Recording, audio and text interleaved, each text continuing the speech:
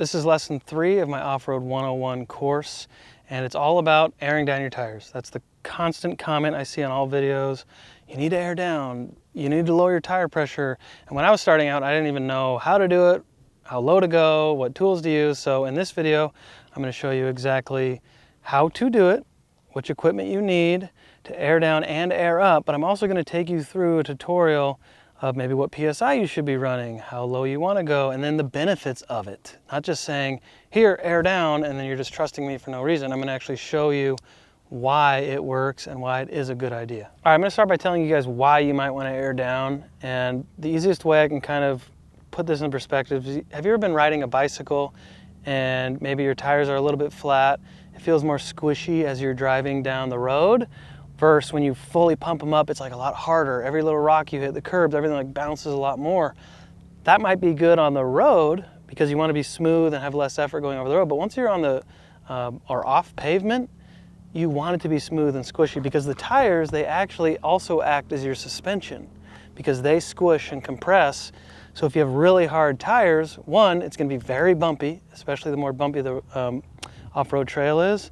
Plus, it is part of your suspension. So while your shocks are going to compress, your springs, your tires are also going to compress too. So you're going to get more contact patch. Your tire is going to be flatter to the ground, to the rock, so it's a little bit wider. So you're going to have more grip on the ground as well. You're also going to do less damage to these because I mean this is highway PSI right now. Think about it's like an inflated balloon, a water balloon even, right? If you have a really full water balloon and you just tap it against something sharp or a rock or the ground, it pops instantly. Versus if you have the tire, like a water balloon that's not very full, it's almost like it can bounce off the ground a little bit because it gives a little bit more. Not saying a highway tire is going to just pop when you go off-road. I've done it off-road and not popped anything, but you have a higher likelihood of actual tire damage because it's such a compact, high-pressure tire. So those are your main reasons of why you are going to want to air down. Now let's jump into how to actually do it. There's a few different ways you can air down using different tools. There are some stems you can put on all 4 tires that are set to a certain PSI that you choose. You twist them and they air down and stop right when you hit that. We've got a system here that's just a rapid air down system, which is what I'm going to show you guys how to use today.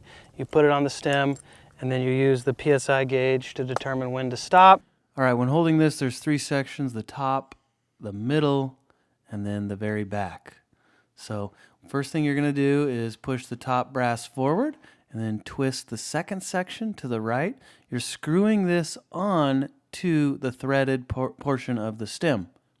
Now you're going to go until this stops, and then you can pull back the top brass section, and you're going to notice that no sound comes out because there's no air coming out. The stem is still fully in place. The back piece right here, this is what you're going to then push inward, and then you're twisting to the left. It's like you're unscrewing the stem inside. So then you can pull back the top brass and some air comes out, and maybe it's a little bit of air, but it should be really loud. So you can go ahead and push that back in, and you're going to twist it to the left even more until you feel like you want to try it again, and pull it back. And as you can hear it's a really loud airflow. So you're just going to go ahead and do that over and over again, checking your tire pressure every time you close the valve, because the valve has to be closed for the tire pressure to be reading on it. It's not going to be reading accurately when it's wide open. So you're going to check that, open it and close it until you're at the desired PSI you want. Let the air just freely flow out until it gets to the desired PSI you want. So when you're ready, you're going to close the top brass, and that's going to stop the airflow. Then from the back, you're going to push this into the right, and while applying pressure, you're twisting this clockwise. So that is closing the stem inside. You pull the brass back, there should not be any sound. If there is, you're going to twist that to the right further. Now, what you do want to do is make sure you've twisted that stem in. You don't skip that step, because if you just start to unscrew this, air is just going to be flowing out freely the second you take this off, and it's going to be hard to get back in. You don't want to do that. So you're going to twist this middle portion out, and as that comes off, there should be no airflow at all. And that's how you take it off properly. Put your cap back on, and you're good to go. All right, I set up this little obstacle course. We got a little rock, teeny little log, but I think what you're gonna see is the difference between a low PSI and a high PSI. So I'm gonna go over it first with my lower tire pressure, and then I'm gonna go over it again with my full road high 38 PSI, and I think it'll be pretty obvious the difference. First up, we have the low tire pressure. You're gonna see it morphs right over the rock and the log. See that bending? Now we have the 38 PSI. It does get over it, but as you can see here on the left, the tire is morphing around the log, and on the right, it's just sitting on top of it. Okay, so this is the 38 PSI. Again, you're still making it over the obstacle. I'm never saying you're not gonna make it over the obstacle. What I'm saying is that you have a smaller contact patch. I mean, look how it's just fully rigid. It's not warping around the log. So you're getting less grip, you're less traction. But this visually, I hope, gives you an idea of the difference and why airing down is a good idea, because even me just going over this log with this tire, it's a lot bumpier. The vehicle, I just feel it a lot more because it's such full air, versus the other one kind of just rolls over it more because the tire can morph around this log. Now you're maybe wondering, which PSI do I go to? What's safe? To me, the general consensus I've seen online is about 12 PSI without bead locks. So a bead lock wheel, if you don't know what that is essentially it clamps, there's a metal ring around the outside of the wheel that clamps the actual rubber part of the tire. So even if you're at 0 PSI and you're ripping around on the trail, or you bend to the right or left, the tire theoretically should never come off that wheel. Now, if you don't have bead locks, which most people don't, especially beginners, and I don't even have them, if I go too low of PSI, I risk my tire popping off the wheel or popping off the bead, and that's, I'm gonna have to do a spare tire swap or something like that. So ideally you want to avoid that. So it's a balance of getting your tire pressure as low as you can without hopefully risking popping a bead. And again, like I said, the online consensus seems like it's about 12 PSI. I'll tell you personally what I run. When I'm just doing easy to moderate trails, I'm probably hovering around an 18 to 17 PSI in my Jeep. I think it's soft, it's plush enough. And honestly, sometimes I'm lazy. If I go down to 15, it takes that much longer to air up and it takes that much longer to air down. I mean, maybe that's me just being kind of lazy out on the trail, but I've been happy in that 16 to 18 PSI range for my average trail. Now, if I do a little bit harder of a trail, I'm gonna drop it down a little bit further, maybe to a 15 PSI.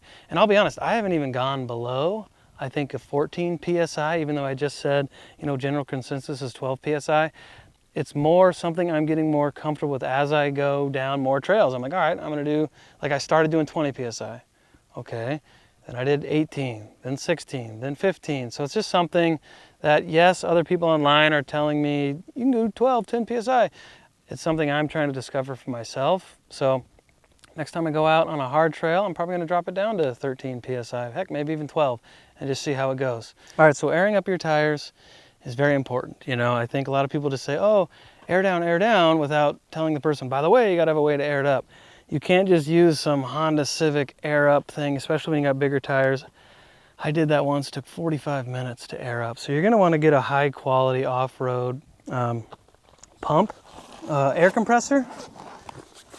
I'm using Thor's Lightning. I really like them, but to be honest, there's All-Top, Morflate, a couple others. They're literally, and I kid you not, they're like the exact same device, just with a different logo slapped on it. I think honestly they all went to Alibaba, slapped their logo on it and did it. So I just went with Thor's Lightning because they had the most competitive price and they seemed to have really good customer service. I think they had a 5-year warranty and I think they looked cool. So it's like, why pay more for a Morflate when I get literally the exact same thing for a little bit cheaper? Nothing against Morflate. I get it. I run a business. There's a lot of business expenses that go into it, but for the consumer, just get the Thor's Lightning. It's cheaper, at least at the time that I bought it. And this is a big one. It's got a dual compressor head system here, so it pumps up these big tires a lot better. You can get a single one that's a little bit cheaper, but it's gonna be slower to air up your tires. So anyway, step one of what you're gonna do, you're gonna hook up all 4 of the hoses. You're going to take the hose from the back of the compressor, put it into that nozzle, make sure you get a secure connection, and then you can open up the airflow, because what you're gonna need to do is have this open so air can come from the compressor to all 4 hoses. If you accidentally leave that shut, air is just going to hit this and stop, and you're not going to get any airflow to your tires. So go ahead and make sure that's open, and then we're going to go connect this compressor to the power. So what I like to do, I have the Jeep off, and you have your positive and negative leads, and I like to hook up my black negative first to the red on the battery, and then I hook up the positive to the positive on the battery. Now we can go turn the Jeep on, and then I'll show you where we go from there. So typically, and I highly recommend you actually do this on the ground, but I want to visually show you guys what you do. So once you have it plugged in, you know, the Jeep is on, what you're going to do, come in here, and so I hit the M button and it's telling me the PSI. So you can hit through a couple times. It's got KPA, bar, PSI. So I always do everything by PSI. It tells me it's at 13.5. And so what you're going to do, if you want to air up to 38 or 35 or 34, whatever you do, so you have it on PSI, you're going to hit the plus and minus button until you get to the desired PSI that you want. So let's say I want 37. Then you hit the power button. And I didn't want it to rattle off this, but you hit power button and it starts going. So you noticed my Jeep's not on and it turned on. So it's going to be drawing some of the power from the battery. But once you turn the Jeep on, this thing goes in overdrive and works really hard and goes way faster. So don't do it without the Jeep on. You're going to want that power going so you don't drain your battery and you get the most out of this baby right here. All right, so obviously I'm showing you, like, you know, one of the top of the line compressors. There are some lower end ones that don't shut off automatically. The technique you're gonna have to do is just, you can either use your tire pressure gauge system inside your vehicle, like on your dashboard, and just keep an eye on that. And then once it gets to the PSI you want, boom, shut off the compressor. And then the other technique is you've got an air compressor gauge that you just pop on and off the air as you think you're getting to a certain PSI. So you air it up, put your gauge on, go back and forth until you're at the PSI you want. It takes a little longer, it's a little more tedious, but you know what? That's what I had to do in the beginning before I eventually went and bought one of these 4-hose compressor systems, which for me, I go a lot. I got the big tires, it's absolutely worth it. It might not be for you if you guys don't go that often, but overall, I hope you guys learned something very useful today. I know when I was starting out, I wish I had something really in-depth to tell me all about air pressure, but so I might have missed something. So if you're more veterans, I guarantee you people out there know more than I do. So please leave the comments down below. Let me know what I missed. We can help out everybody. Anyone has questions, leave them in the comments below. If I can't answer them, hopefully someone in the community can, but I'll do the best of my ability. I want everybody to learn here. There are 0 stupid questions whatsoever, because if you have the questions, I probably had them at one point too. Many more in this series to come as far as Off-Road 101. So please subscribe and follow for more. See you guys in the next one.